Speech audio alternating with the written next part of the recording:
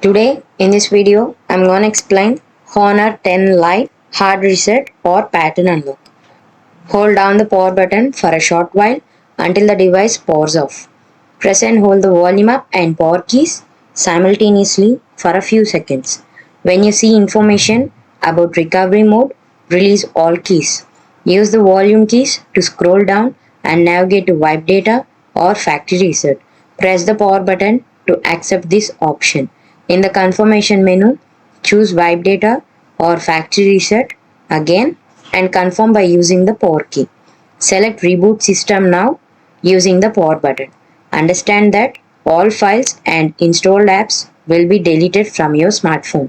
After the reset is complete, your phone will be back to its original factory settings. Follow the on-screen instructions to set up your device anew. If this video helped you out, please leave a like and comment down below. If this worked for you, thanks for watching.